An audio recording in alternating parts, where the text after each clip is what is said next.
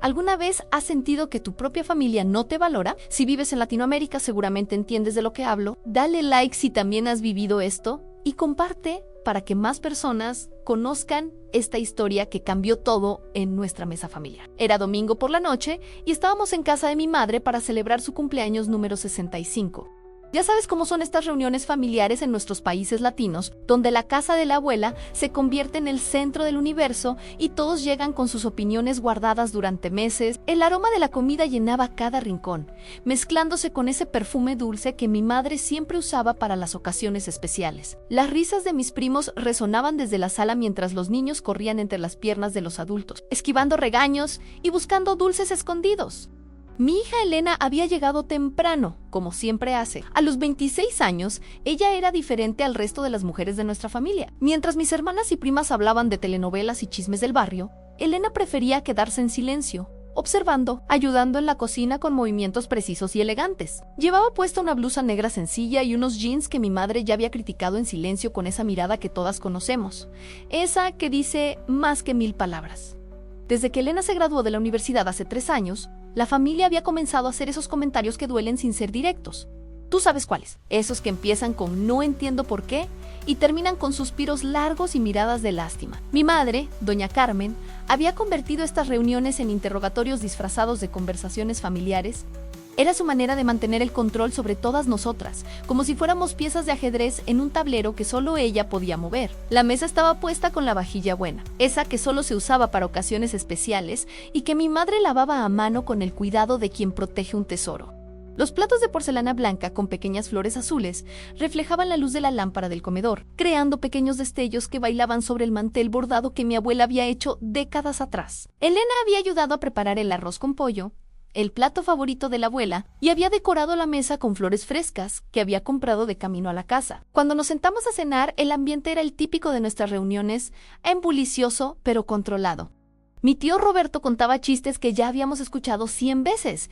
Mi hermana María hablaba de los logros de sus hijos en el colegio y mi prima Laura presumía su nuevo empleo en el banco. Todas las conversaciones giraban alrededor de los éxitos tradicionales que nuestra familia valoraba en un matrimonio. Los hijos, los trabajos estables en empresas reconocidas. Elena comía en silencio como siempre. De vez en cuando asentía cuando alguien le dirigía la palabra, sonreía educadamente cuando le hacían alguna pregunta sobre su vida, pero mantenía esa distancia respetuosa que había aprendido a construir a lo largo de los años. Era como si hubiera entendido que en estas reuniones era mejor ser invisible que convertirse en el centro de atención por las razones equivocadas. Pero mi madre tenía otros planes esa noche. Todo comenzó cuando mi tía Esperanza, esa que siempre tiene algo que decir sobre la vida de los demás, miró a Elena con esa expresión de falsa preocupación que todas conocemos y comentó: "Ay, Elena, mija, ya tienes 26 años. ¿Cuándo vas a sentarte? No entiendo cómo aún no tienes marido. Una muchacha tan bonita como tú no debería estar sola". La mesa se quedó momentáneamente en silencio. Elena levantó la vista de su plato y sonrió con esa sonrisa diplomática que había perfeccionado con los años. "Estoy enfocada en otras cosas ahorita, tía", respondió con una voz suave pero firme. Mi madre, que hasta ese momento había estado sirviendo más arroz, dejó la cuchara en la fuente con un sonido que resonó más fuerte de lo necesario. ¿Otras cosas?, preguntó con esa entonación que todas reconocimos inmediatamente. Era el preludio de una de sus intervenciones. ¿Y para qué estudió tanto si ni siquiera trabaja en algo decente? Todo ese dinero que gastamos en la universidad para que ahora ande con sus ideas raras. El comentario cayó sobre la mesa como una piedra en agua tranquila, creando ondas de incomodidad que llegaron hasta el último rincón del comedor. Mis primos dejaron de hablar, mi hermana se concentró intensamente en cortar su pollo, y mi padre carraspeó incómodo antes de tomar un sorbo de su cerveza. Elena no respondió inmediatamente. Vi cómo apretó ligeramente el tenedor en su mano derecha, como sus nudillos se pusieron un poco más blancos, pero su expresión no cambió. Había aprendido a mantener la compostura ante estos ataques, como si fuera un escudo invisible que había construido con paciencia y dolor. Pero mi tía Esperanza no había terminado. "Es que no entiendo a estas muchachas de ahora", continuó, dirigiéndose al resto de la mesa como si Elena no estuviera presente. En mis tiempos, a los 26 años ya tenías casa, marido e hijos. Ahora andan perdiendo el tiempo con cosas que no llevan a nada. Mi madre asintió con una expresión de aprobación que me dolió en el alma. Exactamente. Y luego vienen a llorar cuando ya es muy tarde, cuando se dan cuenta de que desperdiciaron los mejores años de su vida persiguiendo fantasías. Elena siguió comiendo, pero pude ver cómo sus mejillas se habían ruborizado ligeramente. Era la única señal externa de que las palabras la estaban afectando. Conocí a mi hija lo suficiente como para saber que por dentro estaba luchando entre el respeto que le tenía a su abuela y la necesidad de defenderse. La conversación continuó durante varios minutos, con diferentes miembros de la familia agregando sus propios comentarios sobre las expectativas para las mujeres jóvenes, sobre la importancia de la familia tradicional, sobre los peligros de ser demasiado independiente. Elena se había convertido en el ejemplo perfecto de todo lo que estaba mal con las nuevas generaciones. Según el tribunal familiar que se había instalado alrededor de la mesa de mi madre, fue cuando mi primo Jorge, que había tomado varias cervezas y se sentía particularmente sabio, decidió unirse a la conversación. Lo que pasa es que estas muchachas de ahora creen que van a cambiar el mundo, dijo con una risa condescendiente. No entienden que la vida real es diferente. Al final, todas terminan igual casadas y con hijos, pero pierden años preciosos jugando a ser importantes. Elena levantó la vista por primera vez en varios minutos. Sus ojos, normalmente cálidos y pacientes, tenían un brillo diferente. No estoy jugando a nada, dijo con una voz que era suave pero firme. Estoy construyendo algo. El silencio que siguió fue diferente a los anteriores. Esta vez no era incomodidad, sino expectativa. Elena raramente se defendía en estas situaciones y su respuesta había tomado a todos por sorpresa. Mi madre dejó caer su servilleta sobre la mesa con un gesto dramático que conocía muy bien. Era su manera de retomar el control de la situación. ¿Construyendo qué?, preguntó con una voz que goteaba escepticismo. ¿Castillos en el aire? Mija, ya es hora de que bajes a la realidad. Elena puso su tenedor junto a su plato con cuidado deliberado. Mamá Carmen dijo, dirigiéndose a mi madre con el respeto que siempre le había mostrado. Yo sé que usted se preocupa por mí, ¿pero qué?, la interrumpió mi madre, su voz subiendo un octavo. ¿Pero qué, Elena? ¿Vas a venir tú a decirme a mí lo que está bien y lo que está mal? Tú, que no has logrado nada en la vida. La tensión en el comedor se podía cortar con un cuchillo. Todos sabíamos que mi madre había cruzado una línea, pero también sabíamos que una vez que ella empezaba, era difícil detenerla. Elena había tocado un nervio. Había desafiado la autoridad matriarcal que mi madre había construido a lo largo de décadas. Elena respiró profundo antes de responder. No he venido a faltarle el respeto, abuela. Solo quería explicar que tú no eres nadie aquí. Exploté mi madre, su voz resonando por todo el comedor como un trueno. Ni falis. En esta casa se respeta a los mayores, y si no entiendes eso, mejor te quedas callada. El silencio que siguió fue ensordecedor. El sonido del tenedor de mi tía cayendo sobre su plato resonó como un gong en el aire espeso de tensión. Mi padre se quitó los lentes y los limpió nerviosamente. Mi hermana miró fijamente su regazo, y mis primos de repente encontraron fascinantes los diseños del mantel. Elena no se movió inmediatamente. Se quedó sentada, mirando su plato, con las manos apoyadas sobre sus muslos. Pude ver cómo su pecho subía y bajaba ligeramente, como si estuviera controlando su respiración. Sus labios temblaron casi imperceptiblemente, pero no había lágrimas en sus ojos. Durante lo que parecieron minutos, pero probablemente fueron solo segundos, nadie se atrevió a hablar. Todos esperábamos que Elena hiciera lo que siempre había hecho, agachar la cabeza, disculparse y continuar la cena en silencio. Era el patrón que habíamos establecido a lo largo de los años, la dinámica familiar que todos conocíamos y, de alguna manera, habíamos aceptado. Pero algo había cambiado en Elena esa noche. Lentamente, como si cada movimiento fuera deliberado y calculado, Elena levantó la vista. Cuando nuestros ojos se encontraron, vi algo que nunca había visto antes en mi hija. No era rebeldía ni desafío. Era algo más profundo, más tranquilo, pero infinitamente más poderoso. Era determinación pura. Elena se puso de pie con una gracia que me recordó a su abuela paterna, esa elegancia natural que algunas mujeres llevan en los genes. No empujó la silla, no hizo movimientos bruscos, simplemente se levantó, tomó su copa de agua con una mano firme y miró directamente a mi madre. El silencio se intensificó, podía escuchar el tic-tac del reloj de la cocina, el sonido distante de los niños jugando en el patio, incluso la respiración nerviosa de mi hermana. Todos estábamos esperando, conteniendo el aliento, preguntándonos qué haría Elena aun cuando habló. Su voz era clara y calmada. sin rastro de la sumisión que habíamos esperado. Tal vez para ustedes no soy nadie, dijo, mirando lentamente a cada persona alrededor de la mesa. Pero soy la primera mujer en esta familia que creó su propia empresa sin pedir permiso a nadie. Las palabras cayeron sobre nosotros como una revelación. Elena había dicho empresa, no trabajo, no proyecto, sino empresa. Y lo había dicho con una certeza que no dejaba lugar a dudas. Sin prisa. Elena abrió su bolso. Ese bolso negro sencillo que mi madre había criticado por no ser lo suficientemente elegante para una cena familiar, y sacó una pequeña tarjeta de presentación. La colocó suavemente sobre la mesa junto a su plato, donde todos pudieran verla. Mi madre, que siempre tenía una respuesta para todo, se quedó con la boca ligeramente abierta. Mi tía Esperanza paradeó repetidamente, como si no pudiera procesar lo que acababa de escuchar. Mi primo Georgie, que minutos antes había estado pontificando sobre las fantasías de las mujeres jóvenes, miró fijamente la tarjeta como si fuera un objeto extraño. Elena permaneció de pie unos segundos más, dejando que sus palabras se asentaran en el aire espeso del comedor. No había triunfo en su expresión, no había venganza ni satisfacción maliciosa.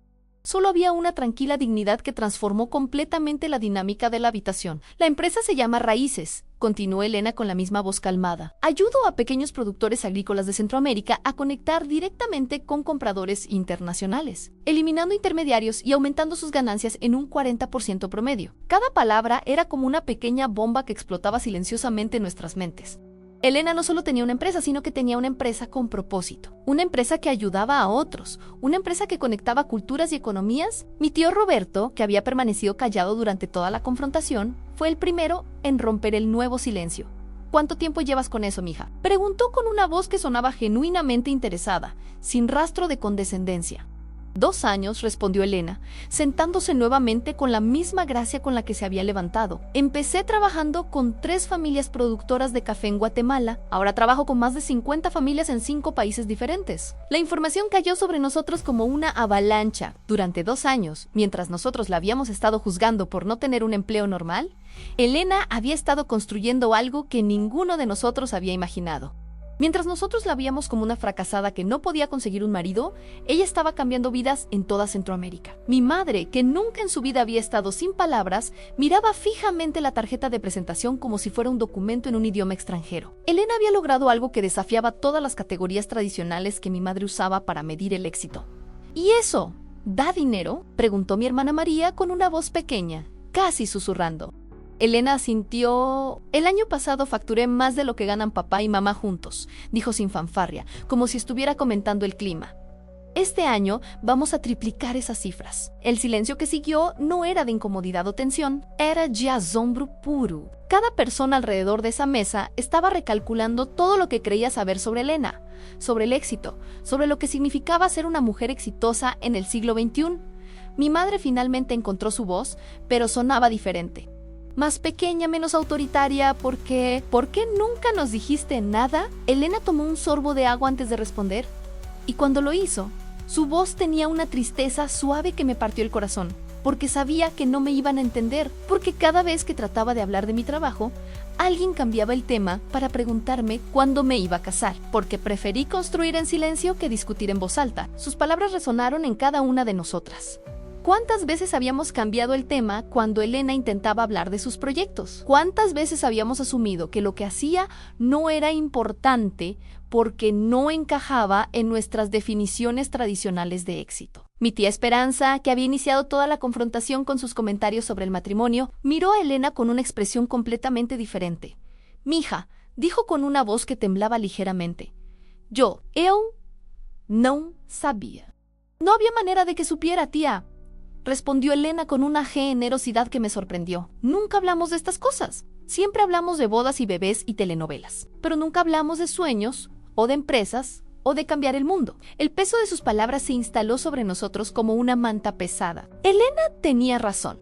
En todas nuestras reuniones familiares, en todas nuestras conversaciones, nunca habíamos creado espacio para hablar de ambiciones profesionales, de proyectos innovadores, de formas no tradicionales de éxito. Mi primo Georgie, que había estado notablemente callado desde la revelación de Elena, finalmente habló. «Elena, yo, a lo que dije antes, fue una estupidez, perdóname». Elena lo miró con una sonrisa suave. «No te preocupes, Jorge. Solo espero que la próxima vez que conozcas a una mujer joven que esté jugando a ser importante, recuerdes que quizás realmente esté siendo importante. La sabiduría de esa respuesta, la ausencia total de resentimiento, la gracia con la que Elena había manejado toda la situación, nos dejó a todos sin palabras nuevamente. Mi hija había transformado una cena familiar tóxica en una lección de dignidad y perdón.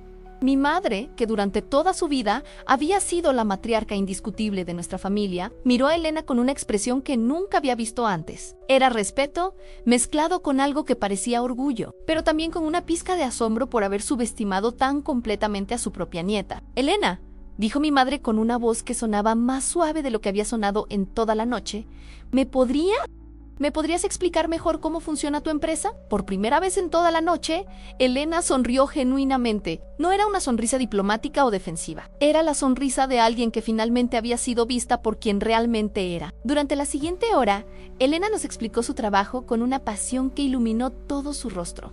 Nos habló de las familias con las que trabajaba, de cómo la tecnología podía conectar productores rurales con mercados globales, de cómo cada venta significaba educación para los hijos de los agricultores, mejor atención médica para las familias, oportunidades donde antes solo había limitaciones. Mientras Elena hablaba, pude ver cómo la percepción de cada persona en esa mesa cambiaba completamente. Mi tía Esperanza, que había comenzado la noche preocupándose por el estado civil de Elena, ahora la miraba con admiración genuina. Mi primo Jorge, quien había minimizado las ambiciones de las mujeres jóvenes, ahora hacía preguntas inteligentes sobre modelos de negocio y expansión internacional. Pero el cambio más notable era en mi madre. La mujer que había pasado décadas siendo la autoridad incuestionable de la familia ahora escuchaba a su nieta con una atención que rayaba en la reverencia.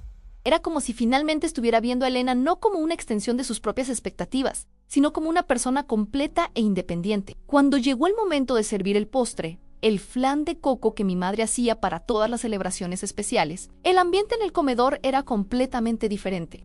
Las conversaciones fluían naturalmente, pero ahora incluían preguntas genuinas sobre el trabajo de Elena, sobre sus planes futuros, sobre los desafíos de emprender en Latinoamérica. Elena había logrado algo extraordinario esa noche. No solo había defendido su dignidad, sino que había transformado toda la dinámica familiar, había tomado un momento de humillación y lo había convertido en una oportunidad de educación y conexión.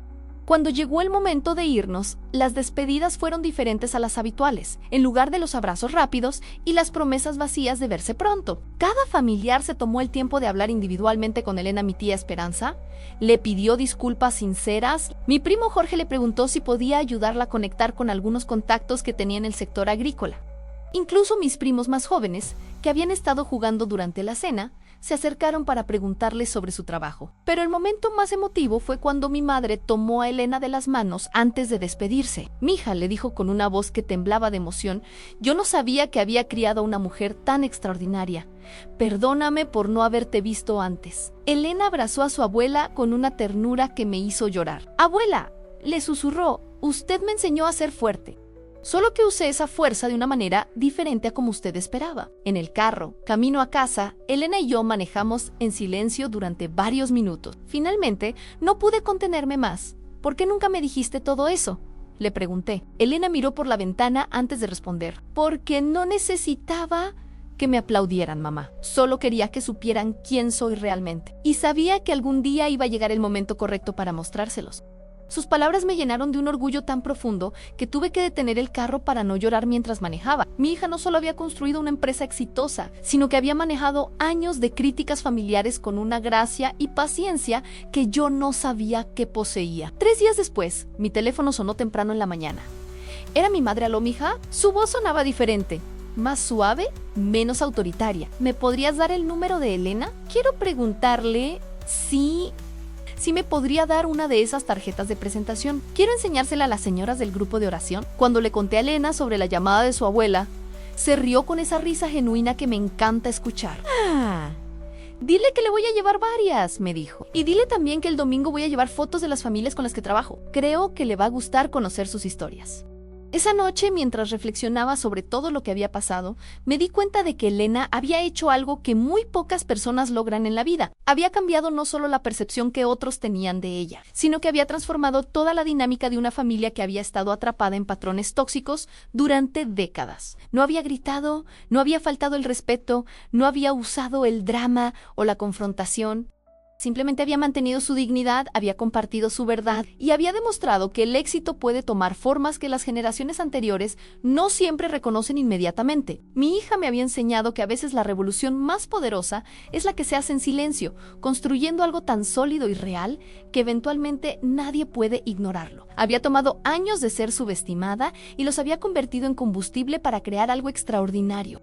Y lo más importante, había demostrado que ser nadie en los ojos de otros no define quién eres realmente, que el valor de una persona no se mide por cuánto encaja en las expectativas tradicionales, sino por cuánto aporta al mundo con su trabajo, su pasión y su autenticidad. Esa cena familiar se convirtió en un antes y un después para todos nosotros. Elena ya no era la nieta que no había logrado nada en la vida, era la empresaria que estaba cambiando vidas en toda Centroamérica. Era la mujer que había elegido un camino diferente y había tenido el valor de recorrerlo sin importar las críticas. Y para mí, como su madre se había convertido en la mayor fuente de orgullo que podía imaginar, no solo por su éxito profesional, sino por la sabiduría, la gracia y la integridad con la que había manejado toda la situación. Porque al final del día, Elena no había necesitado que nadie le diera permiso para ser extraordinaria. Había encontrado su propio camino, había construido su propio éxito, y cuando llegó el momento de defenderse, lo había hecho con una elegancia que transformó a toda su familia. Esa es la Elena que conocí esa noche en la mesa de mi madre. No la niña tímida que habíamos visto durante años, sino la mujer poderosa, compasiva e inspiradora que había estado ahí todo el tiempo, esperando pacientemente el momento perfecto para revelarse al mundo.